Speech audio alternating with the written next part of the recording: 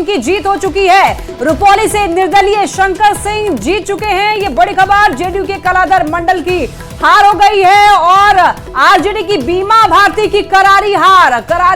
कई फासले देखने को मिले बीमा भारती और शंकर सिंह की उम्मीद भी नहीं थी, लेकिन देखिए शंकर सिंह निर्दलीय रुपौली सीट से ये जीत चुके हैं। एनडीए और इंडिया गठबंधन दोनों को परास्त करके निर्दलीय जो है वो झंडा गाड़ दिया है। और चलिए आनंद अमृतराज हमारे साथ लगातार जुड़े हुए हैं। आनंद, अब जो कह सकते हैं कि जीत है वो अब दर्ज हो चुकी है, कलाधर मंडल हार चुके हैं, लेकिन क्या लग रहा है कि जेडीयू के अगर लिहाज से बात करें तो जेडीयू ने अपने सामने बीमा भारती को देखा, कोई स्ट्रेटेजी जो है वो इस निर्दलीय प्रत्याशी शंकर सिंह के खिलाफ कोई नहीं बनाई गई और उसका भी एक बड़ा फैक्टर बना। बिल्कुल, अगर रणनीति बनाई जाती तो शायद ऐसी परिस्थितियां न होती, लेकिन जो जेडीयू के नेता हैं या फिर एनडीए के नेता हैं उन्होंने अपनी तरफ से कोई कोर कसर नहीं छोड़ा। बड़ी संख्या में एनडीए के नेता वहां पे कैंप कर रहे थे, मुख्यमंत्री से लेकर दोनों डिप्टी से। मुझे याद है राहुल की जब मैं वहां पे था तो रोड शो भी किया गया था, कई चुनावी सभाएं हुई थी मुख्यमंत्री के साथ साथ, कई एनडीए के नेता वहां पे थे। चिराग पासवान की रैली वहां पे हुई, जीतन राम मांझी की रैली हुई, तो एनडीए की तरफ से जो भी बड़े चेहरे थे तमाम लोगों ने वहां पे चुनाव प्रचार किया। बावजूद इसके आनंद कुमार प्रवीण की ओर रुख करते हैं। प्रवीण, क्या कुछ जानकारी मिल रही है? शंकर सिंह की जीत हो चुकी है, क्या माहौल? जी बिल्कुल, शंकर सिंह जीत चुके हैं और शंकर सिंह जो निर्दलीय प्रत्याशी हैं वो 8,211 वोट से जीत चुके हैं। 12वें राउंड की जो फाइनल राउंड है, 12वें राउंड की भी घोषणा हो चुकी है। शंकर सिंह 8,211 वोट से जीते हैं। शंकर सिंह को कुल 67,779 वोट मिला है। वहीं दूसरे स्थान पर जदयू प्रत्याशी कलाधर मंडल हैं, उनको 59,568 वोट मिला है और ये डिफरेंस 8,211 वोट का है। जबकि राजद प्रत्याशी बीमा भारती जो शुरू से ही पीछे थी, उनको महज 30,108 वोट मिला है और लगभग 37,600 वोटों से बीमा भारती पीछे हो गई है। और नोटा की बात करें तो नोटा में 5,675 वोट पड़े हैं। ऐसे में शंकर सिंह की जीत इस बार हो गई है, फाइनल हो गई है, ये घोषणा भी हो चुका है। और शंकर सिंह के जो समर्थक हैं उनमें जश्न का माहौल है, एक दूसरे को अबीर गुलाल लगाकर बधाई दे रहे हैं, लोग मिठाई बांट रहे हैं, जमकर जश्न मना रहे हैं। और शंकर सिंह से भी अभी हमारी बात हुई, उन्होंने कहा कि ये जनता की जीत है और जनता ने उन पर भरोसा किया है और जनता की जीत है। और मैं बता दूं कि इस चुनाव में कई बड़े नेता आए थे, चाहे वो मुख्यमंत्री हो, उप मुख्यमंत्री हो। देखिए एक अकेला सब पर भारी पड़ गया। तमाम देखिए केंद्रीय मंत्री आए थे समर्थन में, मुख्यमंत्री तक उतर चुके कलाधर मंडल के समर्थन में, लेकिन एक अकेला सब पर भारी पड़ गया। और दूसरी तरफ नोटा के जो नंबर, यानी कि नोटा पर जितने वोट पड़े, उससे ये जाहिर तौर पर साफ दिखता है कि बदलाव इस बार जनता चाह रही थी। बिल्कुल, जनता शुरू से ही बदलाव चाह रही थी। एक तो एंटी इनकम्बेंसी का ये था और दूसरा जो पार्टी चेंज करने को लेकर भी जनता आक्रोशित थी, क्योंकि बीमा भारती अचानक जदयू से राजद में चली गई और राजद के सीट से लोकसभा चुनाव भी लड़ी थी, उसके बाद फिर विधानसभा चुनाव भी लड़ी। इसको लेकर वहां की जनता में भी काफी आक्रोश था, क्योंकि इससे पहले जदयू से लगातार 3 बार वो 15 साल तक विधायक रही और अचानक जदयू को छोड़कर राजद में चली गई। इसको लेकर भी लोगों में काफी आक्रोश था, लोग उनसे खफा थे और जिसका परिणाम ये रिजल्ट देखने को मिला कि मात्र 30,000 वोट बीमा भारती को मिला है। 37,670 वोट से बीमा भारती पीछे रह गई है, हार गई है। और दूसरे स्थान पर जदयू प्रत्याशी जो नए प्रत्याशी थे, पहली बार चुनाव मैदान में उतरे थे, इससे पहले वो मुखिया थे, शिक्षक थे, उनकी पत्नी मुखिया थी और जदयू प्रत्याशी पहली बार मैदान में उतरे। उन्होंने 59,568 लगभग 60,000 वोट जदयू प्रत्याशी ने लाया। और शंकर सिंह जो अकेला चुनाव लड़ रहे थे, उनको किसी बड़े नेता का समर्थन नहीं था। जिस लोजपा में वो थे, उस लोजपा के सुप्रीमो चिराग पासवान भी वहां आकर उनके अगेंस्ट में ही प्रचार किए थे और वो कलाधर मंडल जदयू प्रत्याशी के पक्ष में चुनाव प्रचार किए थे। इसके बावजूद भी शंकर सिंह ने जिस तरह से यहाँ चुनाव जीता है, इससे पहले लोकसभा की भी बात करें तो लोकसभा चुनाव में भी निर्दलीय प्रत्याशी पप्पू यादव यहाँ से चुनाव जीते और फिर उपचुनाव में निर्दलीय प्रत्याशी रुपौली से शंकर सिंह चुनाव जीते हैं। तो एक बड़ा बदलाव कहा जा सकता है कि जिस तरह से राजनीति में बदलाव हो रहा है, प्रवीण, आप हमेशा ग्राउंड में रहे, शंकर सिंह की अगर बात करें तो उनकी भी दाद देनी पड़ेगी, क्योंकि सालों साल से भले हार होती रही हो, एक बार कुछ दिनों के लिए कह सकते हैं कि सत्ता में कुर्सी पर बैठे भी, लेकिन इसके बावजूद 20 साल से लगातार चुनाव लड़ते रहे, कभी निर्दलीय चुनाव लड़ते रहे तो कभी एलजेपी के साथ चुनाव लड़ते रहे। काम किस तरीके से उन्होंने किया, 2020 का जो चुनाव उन्होंने लड़ा दूसरे स्थान पर है, इस बार उन्होंने जीत अपनी दर्ज की है। 2020 से लेकर के अब इंतजार होता है कि 2025 में हमें तैयारी करनी है, लेकिन 2024 में ही चुनाव होता है बीच में, और बीच में ही उनकी जीत दर्ज होती है। इनके भी इन सालों के बीच क्या ऐसा काम किया शंकर सिंह ने कि जो जनता के इतने करीब हो गए? जी बिल्कुल, बता दें कि शंकर सिंह 2000 में राजनीति आए। इससे पहले वो लिबरेशन आर्मी के अध्यक्ष हुआ करते थे और 2000 में वो राजनीति में आए। 2005 के उपचुनाव में वो पहली बार लोजपा के सीट से रुपौली विधानसभा से जीते थे। हालांकि मात्र 13 दिन तक ये रहा था और उस बार पहली बार वो मैदान में आए थे और वो जीते थे। उसके बाद से लगातार वो चुनावी मैदान में थे और पिछले चुनाव की बात करें तो लगभग 20,000 वोट से वो बीमा भारती से हार गए थे, दूसरे स्थान पर थे। इसके बावजूद भी उन्होंने अपना संघर्ष नहीं छोड़ा, अपना धैर्य नहीं छोड़ा। वो लगातार जनता के बीच में रहे, जनता के सुख दुख में हमेशा लगे रहे। जनता की कोई भी परेशानी होती थी, कहीं भी कोई बातें होती थी, क्योंकि हम लोग लगातार फील्ड में जाते थे तो जनता कहती थी कि हम लोग वैसे प्रत्याशी को चुनेंगे जो हमारे सुख दुख में हमेशा शामिल रहते हैं। ऐसे में जनता हमेशा उनके साथ रही और जनता ने उनको अपना वोट दिया, क्योंकि शंकर सिंह भी लगातार जनता के साथ रहे, जिसका परिणाम ये हुआ कि आज विधानसभा उपचुनाव हुआ है। हालांकि कुछ ही महीने का ये उपचुनाव है, इसके बावजूद भी शंकर सिंह इस बार दूसरी बार विधायक बने हैं। जी तो प्रवीण देखिए, 7वें राउंड के बाद ही शंकर सिंह ने बढ़त बनानी शुरू की और ये कन्वर्ट हो गया जीत में। तो जीत चुके हैं, अब इसके बाद क्या लग रहा है कि वहां पर जश्न की तैयारियां पहले से ही शुरू हो चुकी थी? क्या नजारा वहां पर देखने को मिल रहा है, किस तरीके का माहौल है अब? शंकर सिंह के हाव भाव से या उनकी पत्नी पहले से ही इस चीज को लेकर काफी कॉन्फिडेंस में थी कि उनकी जीत होगी और उनके समर्थक भी काफी कॉन्फिडेंस में थे।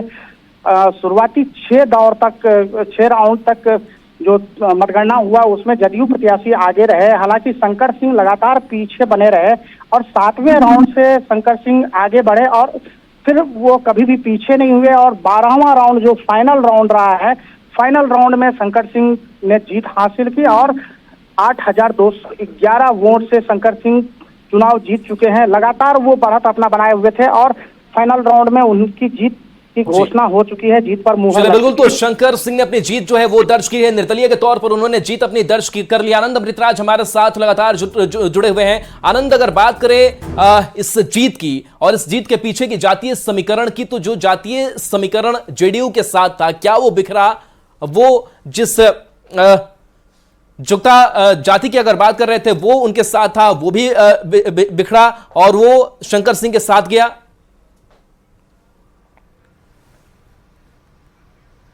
देखिए, निश्चित तौर पे अगर निर्दलीय उम्मीदवार शंकर सिंह की जीत हुई तो कहीं न कहीं वोटों में बिखराव हुआ, तभी इतना वोट मिला।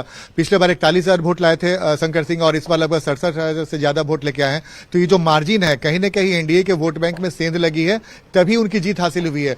और ये भी माना जा रहा है कि गंगोता वोटर जो कलाधर मंडल और बीमा भारती के बीच में जिसकी वजह से दोनों के वोट में बिखराव हुआ, उसका भी फायदा उन्हें मिला। लेकिन सबसे बड़ी बात है कि तमाम जातियों का वोट मिला है, इसी वजह से बिल्कुल आएंगे एलजेपी रामविलास के प्रवक्ता विनीत सिंह हमारे साथ फोन लाइन पर है। विनीत जी, जिस तरीके से आप लोगों ने भी पूरी कोशिश करती रही कि एनडीए के की तरफ से पूरी कोशिश हो, जेडीयू के उम्मीदवार कलाधर मंडल है जीत जाए, चिराग पासवान ने भी पूरी जोर आजमाइश की, लेकिन इसके बावजूद एक निर्दलीय का वहां से चुनाव जीतना, ये कितना बड़ा ड्रॉबैक एनडीए के लिए भी, जेडीयू के लिए भी?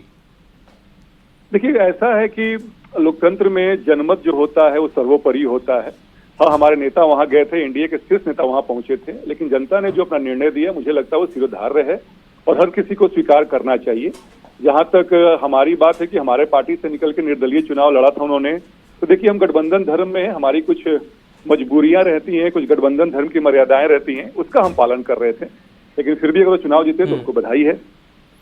विनीत जी, शंकर सिंह ही वो जो 2020 में आप ही की पार्टी से चुनाव लड़े, इस्तीफा दिया, आप लोगों से अलग हुए और आप लोगों से अलग होकर के अपनी एक मुकाम जो है वो हासिल कर ली है इस बार के चुनाव में। तो किस तरीके से शंकर सिंह के साथ जो आपका कनेक्शन था पार्टी के साथ अलगाव और उसके बाद से ये बड़ी जीत, इसको कैसे देख रहे हैं? देखिए, जैसा मैंने बताया, मैं फिर से अपनी बात दोहरा रहा हूँ। जब वो हमारे पार्टी में थे तो उनका सम्मान था वो, और हमारे ही टिकट से वो, पार्टी का टिकट से 2020 में वो चुनाव लड़े थे। लेकिन जैसा मैंने कहा कि गठबंधन धर्म की कुछ मजबूरियां होती हैं, मर्यादाएं होती हैं, उस सीमा को हम लांघ नहीं सकते हैं। इसके तहत हमें एनडीए के उम्मीदवार को सपोर्ट करना था। उनको ये बात, उनको अपना चुनाव लड़ना था कि उनको लगता था कि उन्होंने काम किया है, जनता के बीच में है वो, और मुझे लगता है कि आज उसकी पुष्टि भी हो गई है।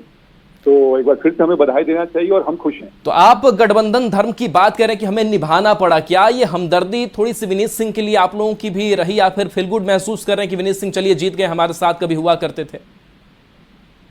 बड़ा सीधा सा स्वाभाविक उत्तर होगा मेरा कि जब तक हम एनडीए में हैं, मजबूत घटक दल है बिहार में, तब तक एनडीए की मजबूती के लिए हमें काम करना है। इसके अलावा कोई व्यक्ति जीतता है, जनता ने उनको वोट दिया है तो जनता को धन्यवाद दिया जाना चाहिए। इसके अलावा हमारे पास कोई गुड फील फैक्टर नहीं है, और जो ये सिंपैथेटिक आप जो बात कर रहे हैं तो सहानुभूति भी नहीं है, क्योंकि हम एनडीए के उम्मीदवार के लिए वहां पे गोलबंदी कर रहे थे, वहां पे चुनाव प्रचार कर रहे थे। जी चलिए, बिल्कुल। तो आप कह रहे हैं कि शंकर सिंह के खिलाफ हम लोग इस बार लगातार गठबंधन धर्म का एक निभा करके हम चुनावी मैदान में थे, और लेकिन कितना बड़ा एक ड्रॉबैक मानते हैं, क्योंकि एक सीट जो है वो जेडीयू ने गंवा दी, जो जेडीयू की सिटिंग सीट थी। तो कहीं ना कहीं कह सकते हैं कि जब साथी हारते हैं तो एक असर सामूहिक तौर पर उस एनडीए पर भी पड़ता है। बिल्कुल ठीक कहा आपने। मुझे लगता है कि इसकी विवेचना होना चाहिए, आकलन होना चाहिए कि कमी कहाँ रह गई है। हालांकि जैसा बता रहे थे कि जदयू और राजद के बीच में इन्होंने तीसरे निर्दलीय उम्मीदवार ने फायदा उठाया है। जनता ये भी देखती है कि चलो किसी एक और नए को मौका देना चाहिए। लेकिन हाँ, जब हम इस रिजल्ट के बाद जब हम बैठेंगे ड्राइंग बोर्ड पे तो इस चीज की विश्लेषण जरूर होना चाहिए, और आगे हम ध्यान रखेंगे 2025 में कैसी गलतियां दोबारा नहीं हो। अच्छा, निर्दलीय जब उम्मीदवार जीतते तो हो सकता है कि वो किसी पार्टी का दामन भी थाम ले। शंकर सिंह आप लोगों के साथ थे, क्या ऐसी भी कोई कोशिश होगी कि फिर से एक बार जेपीआरवी के साथ ही आ जाए, या फिर जेडीयू ये कोशिश करे कि जेडीयू के साथ ही चले जाए?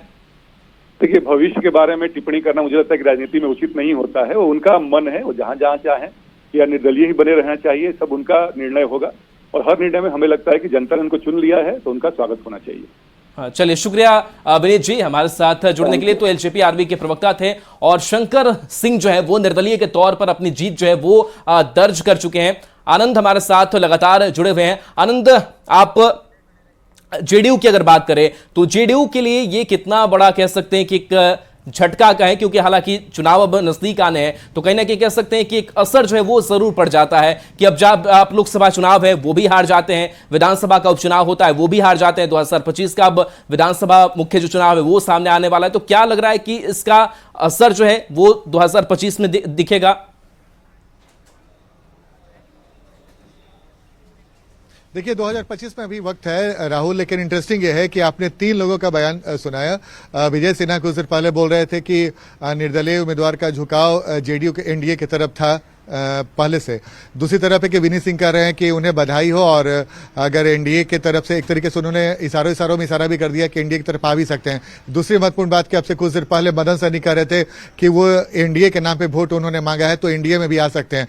तो एनडीए, जेडीयू भले ही ये सीट हार गई है, लेकिन इन लोगों को लगता है, एनडीए को लगता है कि शंकर सिंह उनके पाले में ही आएंगे। अभी शंकर सिंह को तय करना है कि शंकर सिंह किधर जाएंगे, लेकिन इतना तो तय है कि इसके पहले भी हम लोगों ने देखा है कि जब कोई निर्दलीय विधायक चुनाव जीतता है और जिसकी सरकार रहती है उसके प्रति उसका लगाव ज्यादा रहता है, क्योंकि उसको अपने क्षेत्र में विकास के कार्य करने होते हैं, और जिस विकास के नाम पर वो जनता से वोट मांगता है, अगर वो काम नहीं करवा पाएगा फिर तो अगली बार उसके लिए समस्या खड़ी हो जाती है। तो ऐसा माना जा रहा है। और शंकर सिंह ने भी कुछ देर पहले जब न्यूज 18 से बातचीत की थी तो उन्होंने कहा था कि भाई हम एक रैली करेंगे और रैली में जनता से राय लेंगे, जनता जो राय देगी उसके साथ हम जाएंगे। तो कहीं ना कहीं इशारा दोनों तरफ से मिल रहा है, और कल के डेट में आश्चर्य नहीं हो कि शंकर सिंह एनडीए के पाले में नजर आए। लेकिन महत्वपूर्ण ये कि वो लोजपा से 2020 के चुनाव लड़ चुके हैं, तो क्या उनका झुकाव लोजपा की तरफ होगा या फिर जेडीयू की तरफ उनका झुकाव हो सकता है। चूंकि जेडीयू तरफ से कलाधर मंडल चुनाव लड़े हैं और बहुत कम मार्जिन से उन्होंने चुनाव हारा है, तो कहीं अगले बार अगर उनका टिकट काट के शंकर सिंह को दिया जाता तो कहीं उसकी नाराजगी नहीं हो। तो मुझे ऐसी स्थिति में जो लग रहा है कि शायद शंकर सिंह जेडीयू का पाला न थामे, नहीं बीजेपी का पाला थामे, शायद उनका अगला झुकाव लोजपा की तरफ हो सकता है, ऐसा मुझे लग रहा है फिलहाल। बहरहाल जेडीयू की तरफ से भी कोशिश की जाएगी कि शंकर सिंह को अपने पाले में किया जाए, लेकिन बहुत कुछ स्थानीय राजनीति पर भी निर्भर करता है। पूर्णिया की राजनीति में दो महत्वपूर्ण नेता भी हैं, शैलेशी सिंह हो या फिर संतोष कुशवाहा हो, वहां भी बीजेपी के कुछ नेता हैं, तो उनके ऊपर भी निर्भर करता है कि शंकर सिंह को लेकर उन लोगों की राय क्या है। लेकिन रुपौली में अगर बात करें तो रुपौली में आज शंकर सिंह की जीत ये साफ साफ संदेश दे रही है कि जो भी गठबंधन है, चाहे एनडीए हो या फिर महागठबंधन है, वो इस मुगालते में न रहे, एनडीए के नेता इस मुगालते में न रहे कि विकास के नाम पे हम जनता के पास वोट मांगने जाएंगे और जनता उन्हें वोट दे देगी। वहीं दूसरी तरफ महागठबंधन के लिए भी एक संकेत है कि आप सिर्फ विरोध के नाम पे विरोध की बात का जनता से वोट नहीं मांग सकते हैं। शंकर सिंह ने स्थानीय मुद्दे उठाए, जनता को भरोसा दिलाया कि सुख दुख में और विकास के कार्यों में हम आपके बहुत मददगार हो सकते हैं, और उनकी बातों को जनता ने सुना और उन्हें वोट दिया और जीत हासिल करा दिया। बिल्कुल आनंद, देखिए आप जितने भी एनडीए नेताओं से बातचीत हुई है और जिस तरीके से उन्होंने अपनी राय रखी है, उससे ऐसा लग रहा है कि उनकी सीधी टक्कर थी बीमा भारती से, आरजेडी से, कि आरजेडी ना जीते, भले निर्दलीय जीत जाए। खुशी है, बधाई भी दे रहे हैं, और डिप्टी सीएम ने भी कह दिया कि वो एक समय में एनडीए का ही हिस्सा थे, तो वो जीतते हैं तो उनको बधाई, लेकिन सीधा उनका मुकाबला था कि आरजेडी ना जीते।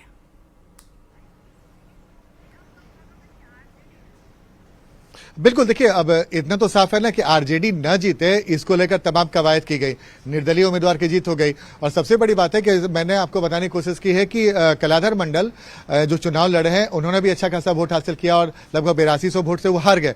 लेकिन अगर आरजेडी उम्मीदवार बीमा भारती के यहाँ पे जीत हो जाती तो मैं आपको बता रहा हूं कि एक बड़ा राजनीतिक समीकरण देखने को मिलता, चूंकि पूर्णिया का जो इलाका है, जो कोसी का इलाका, वहां पे अति पिछड़ा वोटर निर्णायक माने जाते हैं, और अगर बीमा भारती जीत जाती तो कल के तारीख में आरजेडी बेहद आक्रामक हो जाती। अति पिछड़ा वोटर को लेकर बीमा भारती को उधर एक तरीके से स्टार के तौर पर प्रचारित किया जाता और उनको पूरा घुमाया जाता कोसी के इलाके में, और कल की तारीख में एनडीए को अति पिछड़ा वोटर को अपने पाले में करने में काफी मुश्किलों का सामना करना पड़ता। तो ऐसी स्थिति में शंकर सिंह की जीत एनडीए को ज्यादा नुकसान नहीं दे सकती है, लेकिन एनडीए के लिए सबसे बड़ा झटका यह माना जाएगा कि आपकी सरकार है, डबल इंजन की सरकार है, बिहार में भी आपकी सरकार है, केंद्र में भी आपकी सरकार है, तमाम बड़े नेता वहां पे वोट मांगने पहुंचे, विकास की बात की, मुख्यमंत्री नीतीश कुमार ने विकास के नाम पे वोट मांगा, उसके बाद आपकी हार हो गई। तो कहीं ना कहीं संकेत है, खतरे का संकेत है। तो एनडीए को एक होमवर्क करना होगा और उसे बताना होगा कि सिर्फ विकास के नाम पे वोट नहीं पाया जा सकता है। उन्हें जो स्थानीय राजनीति है, स्थानीय मुद्दे हैं, उस पर भी गौर करना होगा और उन्हें समझना होगा। क्योंकि शंकर सिंह की जीत एक शंकर सिंह की जीत बन नहीं है, बल्कि एक निर्दलीय ने दोनों गठबंधन के लिए खतरे के संकेत बजाए हैं कि आने वाले समय में अगर परिस्थितियां ऐसी होती और कोई अच्छा उम्मीदवार किसी भी विधानसभा में खड़ा होता है तो शायद दोनों गठबंधन के लिए वो नुकसानदायक साबित हो सके। इस मायने में एनडीए को भी अपना होमवर्क करना होगा और महागठबंधन को भी होमवर्क करना होगा कि आने वाले 2025 के विधानसभा चुनाव में किस मुद्दे पे जनता के बीच में जाए। लेकिन शंकर सिंह के आज के जीत ने ये साफ कर दिया कि एनडीए के लिए जो कोसी का इलाका है, जहां पे एनडीए के लिए लोकसभा चुनाव में भी एनडीए को काफी झटका लगा था। किशनगंज में उनकी हार हुई थी, पूर्णिया में उनकी हार हुई थी, कटिहार में उनकी हार हुई थी। तो ये कुछ ऐसी सीटें हैं जहां पे एनडीए का दबदबा था। कटिहार और पूर्णिया सिटिंग सांसद थे एनडीए के, वहां पे एनडीए हार गई। दोनों सीट जेडीयू का था, दोनों सीट जेडीयू हार चुका, और अब पूर्णिया में जब उपचुनाव हुआ वहां पे भी जेडीयू को हार मिली है। तो जो इलाका कभी एनडीए के लिए मजबूत गढ़ माना जाता था, अगर वहां के एक विधानसभा उपचुनाव में एनडीए उम्मीदवार की हार होती है तो एनडीए के लिए अच्छे संकेत नहीं है। वहीं दूसरी तरफ महागठबंधन के लिए भी खतरे की बात है, क्योंकि अगर वहां पे निर्दलीय सांसद चुनाव जीत कर आता है पूर्णिया से पप्पू यादव और निर्दलीय, बिल्कुल आनंद, देखिए जब चुनाव से पहले आप लोग ही ग्राउंड पर थे और वहां से आप लोग रिपोर्टिंग कर रहे थे, आप लोगों ने जनता से बात की, उनका साफ कहना था कि विकास के मुद्दे पर वो लोग वोट डालना चाहते हैं और ये पब्लिक है, सब जानती है, उनका माइंड बिल्कुल क्लियर है किसे वोट डालना है किसे नहीं वोट डालना। इसीलिए नोटा, इस बार जितने वोट नोटा पर पड़े हैं उससे भी ये लगता है कि जनता बहुत स्मार्ट हो चुकी है। और इधर एक तरफ देखा जाए तो नीतीश कुमार विकास मॉडल पर काम कर रहे हैं, कई बार कहते हैं कि नीतीश जो है बहुत विकास कर रहे हैं। अगर इतना ही विकास कर रहे हैं लेकिन फिर भी देखिए इसका असर नहीं देखने को मिला, निर्दलीय उम्मीदवार को जिता दिया वहां की जनता ने। बिल्कुल, देखिए, अगर आप विकास की बात करते हैं और विकास के नाम पे वोट मांग रहे हैं तो हम आपसे, आपके बातों पर हम एतबार कैसे करें जब विकास के नाम पर आपने वोट मांगा और जनता ने खारिज कर दिया। तो कहीं ना कहीं विकास आप कर रहे हैं, यानी कि जिस विकास की बात आप कर रहे हैं, जो दावा आप कर रहे हैं, यानी कि जमीन पे सही तरीके से वो विकास नहीं उतर पा रहा है, जनता तक उस विकास का फायदा नहीं मिल पा रहा है।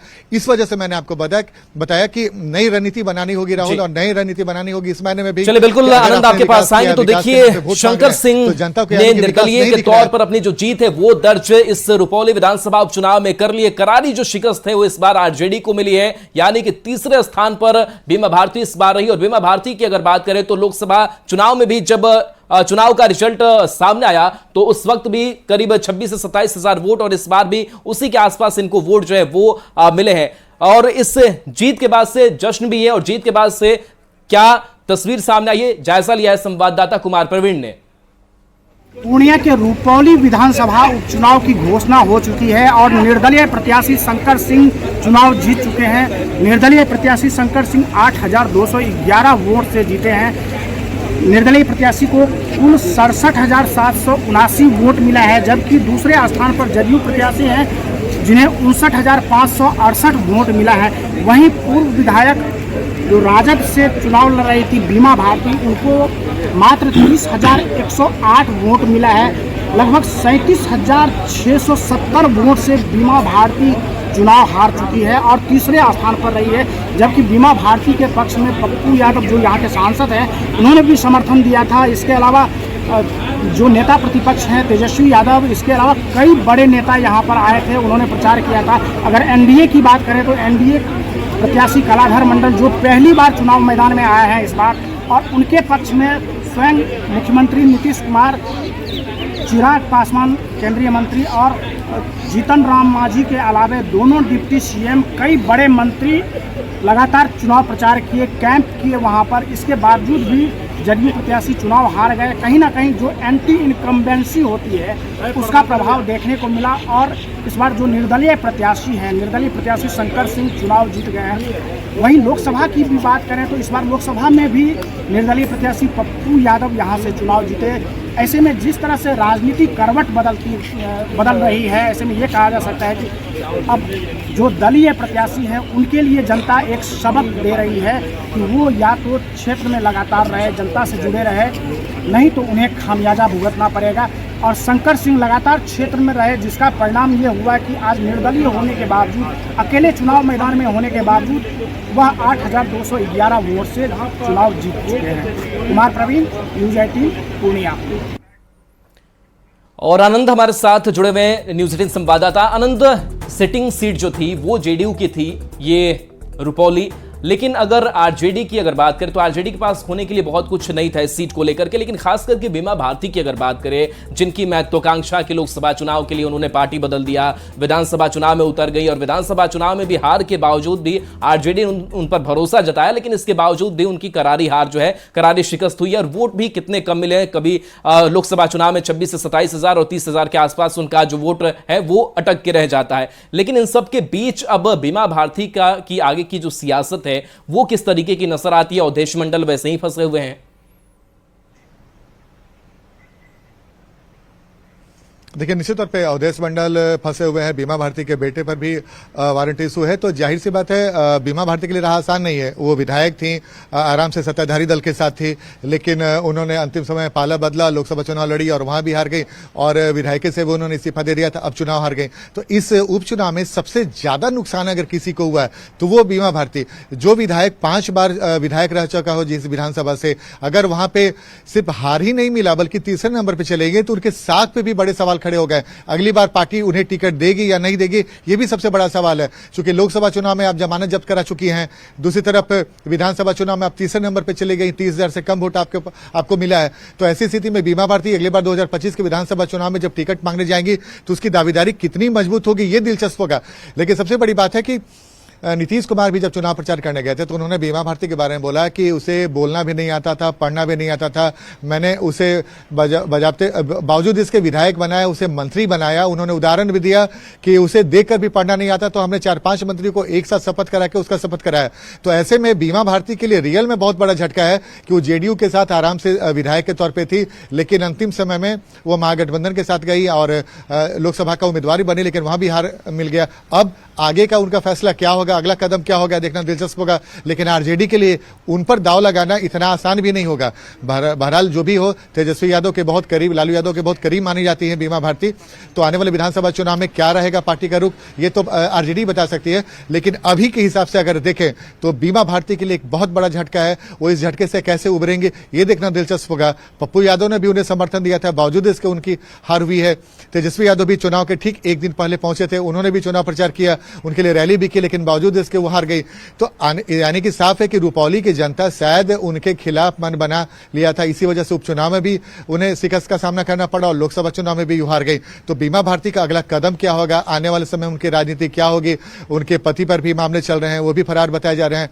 और ऐसी स्थिति में बीमा भारती इस वक्त बिल्कुल अलग थलग पड़ती दिख रही है। अब सारा कुछ निर्भर करता है तेजस्वी यादव पर और आरजेडी पर कि बीमा भारती को लेकर वो क्या फैसला करते हैं और आने वाले समय में बीमा भारती को क्या कुछ मिलता है आरजेडी की तरफ से। जी चलिए, बिल्कुल शुक्रिया आनंद इस अपडेट के लिए आपका। तो देखिए, रुपौली विधानसभा उपचुनाव की तस्वीर पूरी तरीके से साफ हो चुकी है। बता दें कि निर्दलीय शंकर सिंह को 67,000 के करीब वोट मिले हैं और उनकी जीत जो है उन्होंने अपनी दर्ज करा ली है। तो रुपौली से निर्दलीय शंकर सिंह की जीत दर्ज हो चुकी है और बिल्कुल कहीं ना कहीं के साथ एक चौंकाने वाला जो जनता ने जनादेश है वो इस उपचुनाव में दिया है। लक्ष्मी, तो बिल्कुल रुपौली की जनता ने बता दिया है अपना प्यार, उन्होंने दिखा दिया है कि शंकर सिंह जो कि निर्दलीय उम्मीदवार हैं उनको जिता करके और बाकी